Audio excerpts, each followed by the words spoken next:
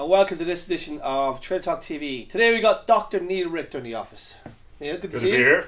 It's been a while since we had you on last. Yes, sir. Neal's now the CTO at Rakuten Marketing, is that right? Yes, sir. And he was the former CTO at Rubicon Project. Neal, talk about your new role a little bit before we jump into the subject of today. Sure. Rakuten Marketing is a cross-channel advertising company.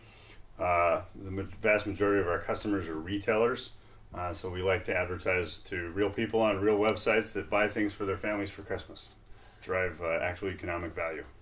Real people, real buying, real presents.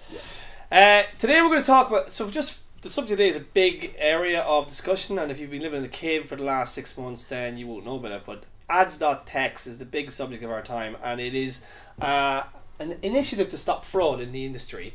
So Neal's here to talk about, because he was one of the architects of the project, to talk about Ads.txt, what a file looks like, and talk about why it came into being, and then talk about it's the next step, which is the Ads.cert. Is that correct? Yes, sir. So Ads.txt, Neal, why do we need it? Why is it here? Sure. Well, with Ads, there's multiple forms of fraud in ad tech. There's inventory and domain spoofing. There is traffic supplementation and traffic trading. There's essentially attribution gaming. They're all different forms of triggering a KPI to take money out of the system. So we wanted to nail a problem statement around inventory spoofing, aka counterfeit inventory, and really dive after that problem. Because what we found in fighting, multiple of us that have fought botnets over the years, found that it was a bit of a whack-a-mole problem. So the best way to solve a whack-a-mole problem is to dig at the root of the problem, and in this case, go after the money flow. Yeah. So let's talk about what the structure of an Ads.txt file. We've seen some instances on various websites, from the convoluted, which the Daily Mail has, and a few other US sites, to the more sort of pristine, sort of short form on sites like metro.co.uk. But essentially we've got 4 fields, is that correct? Yes, sir.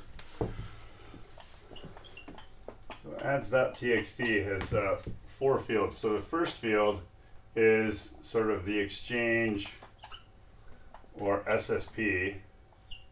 The second field is a critical field. This is the PubID, which is a field within OpenRTB. And the next is the business model, which is either direct or reseller. And I'll explain that in a minute. And then the fourth field is an optional field that is the certification authority. In this case, it's the tag ID is the only current certification authority. And it's the certification number of the exchange, not the publisher. Okay. So we're at xyz.com/Adstxt, preferably accessed via HTTPS. Okay, so this exchange SSP piece, first and foremost, is that the main of the actual SSP exchange? So you see in some files it's google.com or rubicon.com. So what essentially goes into this first field then? Well, it should be the canonical name of the exchange. That's generally either the place that you find them on the web or their operational domain. Every exchange has given different instruction in their how-to guides of how to put their files, how to put their entries in files. There are some misspellings to this, but that's not that big a deal because there's only about 50 exchanges, and the folks that are writing spiders are normalizing the names before they store them. Okay. So it's helpful if you get the domain right, but not absolutely required as long as it's not terribly ambiguous. So the PubID, is that the actual reference to that publisher in the SSP system or exchange system? If you read the spec, we call this the seller account ID or publisher ID. This is the unique seller ID on the exchange that this domain owner or publisher owns. They own that exchange if it's marked as direct. If it's marked as reseller, then they've put another entity in the business and authorize them to resell their inventory, and then that pub ID is owned by the sister entity. Okay, and then this one direct or reseller, so that could be someone on the AppNexus or Google exchanges reselling inventory on behalf of the publisher. So like a native or a bespoke unit provider using those platforms to do it. So there's plenty of them in the space. Yeah, it could be that the publisher has joined a co-op and has put the co-op in charge of inventory resales, or they've put another entity in charge of selling their international inventory. Yeah.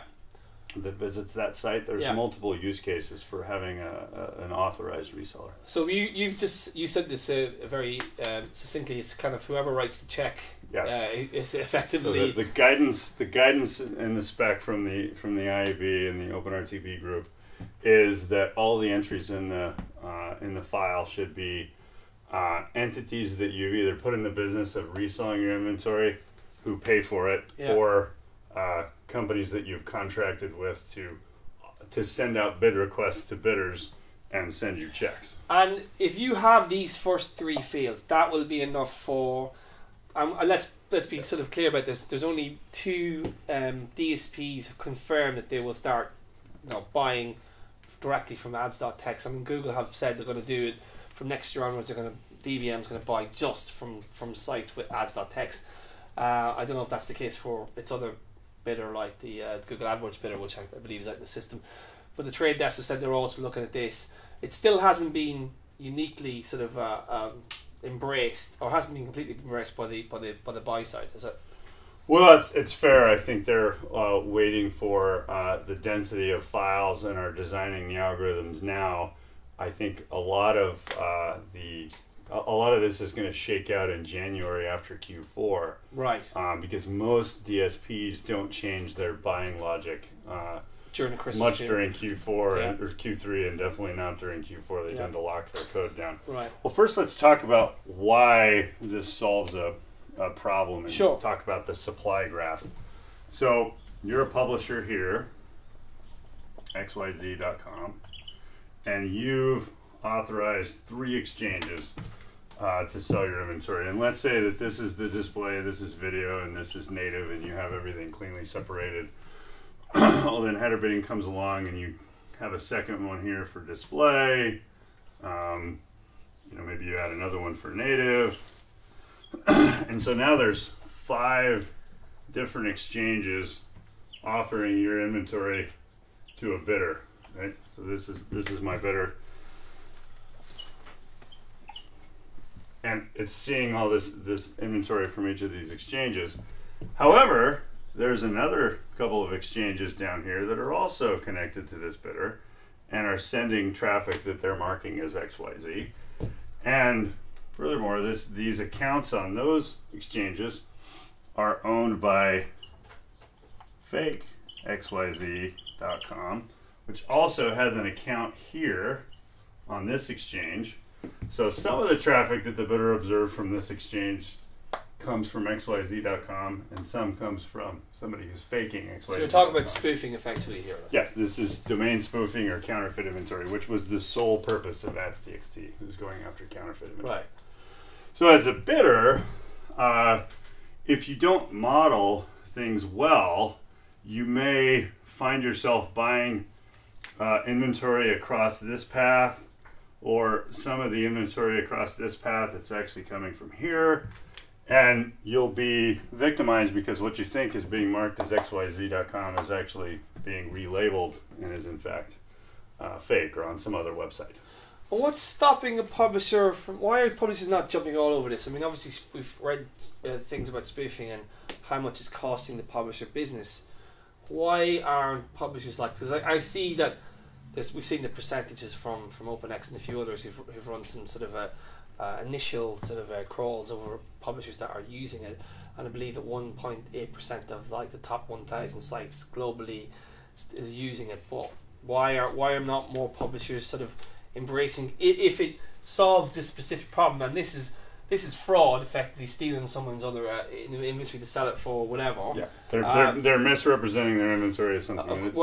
You can dress up what you want. It's still fraud. It's still sort of theft. Yes. Why are publishers not all over this? I mean, I've seen the FT's Ads.txt file, which is literally 2 lines. That's it. Sure. And that's beautiful. There's a number of publishers that don't sell any inventory on the open market that have blank Adstxt files, and that's supposed to signal that none is available. Yeah. So you know, there's an interesting effect in ad tech that because innovation doesn't happen immediately and not everything's immediately adopted, that it's somehow frustrating. But let's be clear, this spec was released in June, and from a standing start with no files implemented, we're at 35,000 files as of end of last week. It's going to be one of the fastest adopted IAB standards ever. So I'm not exactly worried that it won't be fully adopted because of the pace that it's being adopted is. You think within 6 months it will be prevalent, and it will probably be pushed along by the biggest buyers in the market. And you have to, you know, as much as we berate Google in the market, you have to kind of salute them for their efforts with DBM, saying we're gonna try and meet this head on and beat this fraud problem by only buying from sites with Ads.txt. Well, let's talk a little bit about what the DSPs should do in this particular situation. So before Adstxt, you see all these bid requests coming into your interface, your endpoint, your OpenRTB endpoint, and you don't really have a mechanistic way to figure out what's real and what's not. Now, it was fairly straightforward, you know, a few years ago before header bidding, because publishers did business with relatively few SSPs, but header bidding comes in and it creates a situation where, from a bidder's perspective, it looks like every domain comes from nearly every exchange and it's a fully connected supply graph, and so you have no idea how to sort good from bad anymore, and the bad hides in the noise of the good of the good supply. So as a bidder, what you should be doing is, when you get that OpenRTB request, you get essentially a bid request.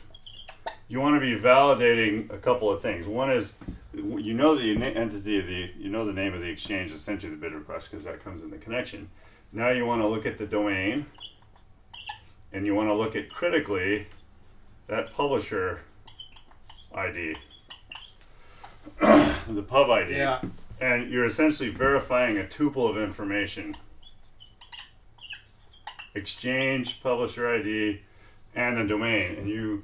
And what you want to do is you want to crawl all of these files from your logs based upon the inventory that you tend to buy. You want to go and contact those web servers, download those files, store this information in a way that's efficient to look up, and look up this information. Now, if you get a hit, if you look this up, this tuple up, and you get a hit from a participating exchange or participating publisher, so you have we'll call it an implementing pub, and then you have a non-implementing pub. So you have a little truth table here. So you get a hit, no hit. Right? So essentially this means that you have a participating pub that has posted their file, you get a bid request with this information, and it's valid. So in this case, it's safe to bid because this is coming from a known authorized source by the publisher.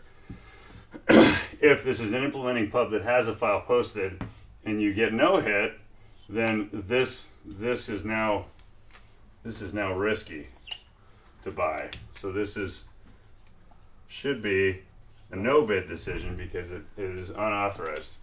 Now, if you have a non-implementing pub and you get a no hit because this publisher has not posted their file, there's really no decision to make with Adstxt, and you should default to your other inventory security vendors.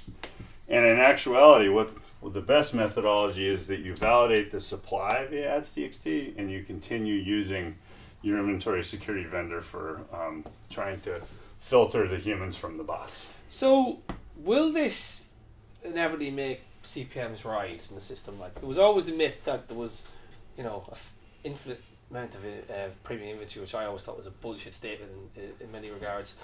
But do you think that because of this, CPMs will rise, and will that slow implementation? Because to be cynical, and that's what I'm paid to do, you kind of get the fact that a lot of people have made money off the back of, like, you know, cheap CPM based inventory. So, you know, is there going to be a clash of business models here? I mean, given the fact that you work for Rakuten, right? You're DR focused, right? You're selling products. That's your ultimate game, right? You know, as you said before the thing, bots don't buy robots and bots, toys and bots don't buy gifts for their families for Christmas. So it's kind of like you're different, but someone with soft brand metrics, this doesn't really fit into the buy it cheap and make it much margin, which is what a lot of trade desks and ad networks are doing for a long time. If you look at the total bid volumes, what is obvious is that the bid volumes potentially have maybe an extra digit in them, and that's not completely explainable by the effect of header bidding. Doesn't completely explain the fact that there's more inventory than is rational if you look at ComScore per user visitation numbers or other reasonable visitation numbers, and then you compare that to the total number of bid requests on the market. There's a couple extra zeros, and header bidding doesn't explain all of it. So that must mean there's a lot of bots here sending in fake inventory at lower floor prices that's driving the CPMs down. So Econ 101, if you take the supply away, well, prices should normalize in some direction, and that may be depending on whether this was expensive inventory or cheap inventory. Okay, so that's the Ads.txt. That's where we're at the minute, right? Let's talk about the next step. Sure. Which or part of the next step is the Ads.cert. Is that correct? Yeah, Ads.cert is one of the handful of pillars of OpenRTB 3.0. OpenRTB 3.0, which is in draft mode now, is a reorganization of the object structure, which is really only something the software engineers care about. It's turning OpenRTB into a supply chain protocol, eliminating sort of the JavaScript schmoo of RTB, which means that any JavaScript goes and centralizing more on native. And then the fourth, and I believe one of the more critical ones, is signed inventory. So the concept of signed inventory, aka Ads.cert, is that you post another file on your site, Ads.cert, which is a public key. So what happens here is that your system will take your inventory and it will use a private key and sign the inventory, and then that digital signature, which is only 64 bytes, will transmit through these various paths, and this path won't have the correct signature. So then, as a bidder, now you get a bunch of bid requests, and you can do a couple of things. One is you can check Adstxt and see if this bid request was authorized, and you can also test its authenticity by either 100% of the time or some sample rate. Check the certificate with the public key, which is posted here, and you know that the inventory came from this web server and that certain key elements of the inventory haven't been tampered with, such as the name of the domain, the publisher ID, the inventory format, etc. Anything that's in the signature can then be verified and is tamper-proof. So is Ads.cert just an add-on to Ads.txt? Oh, and then it makes it ironclad effectively, and then basically fraudsters can't really, do what they've been doing for the last for the last 9 years, basically. Most security approaches are done in layers, so we decided to attack Ads.txt first because it was easy to place adopt. to start, Right. and a place to start the conversation and get adoption. Ads.cert will take longer because you can really only have one, maybe two of these systems which generate signatures, because you don't want to hand out your private key to all kinds of third parties. So we have to resolve that, and still in draft mode. So the objective is to have authorized sales on authentic inventory, and that everyone needs to know their business partner. And in the meantime, and in addition, what you can always do to know your business partner and make sure that your spend is directed to the right place is sign deal IDs and work out deal IDs with your pub, which then is a further way to make sure that you know who you're doing business with. Does that kill the open market then effectively? I mean, if this seems to be moving towards a P&P world, right? So like if I'm a publisher and I've got like 150 P&P set up, right, with fires buying, like somebody with Rakuten, some with Adstxt, some with some other trading desks or buyers. So does that eliminate the sort of open market that we were trying to build in the first instance? Well, I think the assumption with open market buying was that the inventory was secured, and in fact that's not true when you have a proliferation of ad tech vendors who don't all have the same business standards for who their partners are. All right. So if you have an assumption that if the assumption is partially invalid and it's a gray market, then what Ads.txt and Adstxt do is cleanly allow buyers to separate the black market where you may get something of value and sort of the well-lit market where you know you're getting something of value. All right. And in terms of CERT, that's going to be rolled out potentially next year after whenever Adstxt gets proper sort of scale, you'll probably roll out the .CERT piece. Well, it's part of OpenRTB3, so it'll go along with the adoption curve of OpenRTB3 along with vendors. And if we have scaled Ads.txt adoption, do you think that we're going to basically stamp out a lot of the problems we have in the ecosystem right now? I think it attacks quite a bit of the problem. Now, the reason why I'm hopeful is that Ads.txt and Ads.cert were inspired by two standards from email. Back in the days when email was invented, you had a lot of open relays, which meant that email servers were relaying email for each other, and there wasn't any security. So if you have open relays, then people can insert false, faked email into the chain. So that should sound familiar. So what sort of the architects of internet email did is they added two standards. One was a sender policy framework, which said that only some email servers are allowed to send email from some domains, and DKIM, which was a domain keys identified email, which added private key and public key encryption. So we've taken those spiritually and re-implemented them in OpenRTB. And I'm hopeful that it's all going to work because it worked fairly well to stamp out one class of email spoofing. Yeah, and obviously the initial feedback and adoption has been quite positive. The FT has been saying that they're seeing lots of fraud being eradicated, so yeah. It seems like it's working so far. Well, ultimately for buyers to trust all of this ecosystem that we've spent close to a decade building, security just needs to be an integral part of it and built in and just silently work. We can get rid of the fraudsters who've had a free ride for many years. Neil, thanks very much. And you bet. Sometimes the best things in ad tech are the simplest things, and we look forward to see the .cert roll out in the Ads.txt adoption as well. And we'll see you next time on Trade Talk TV. We'll see you then.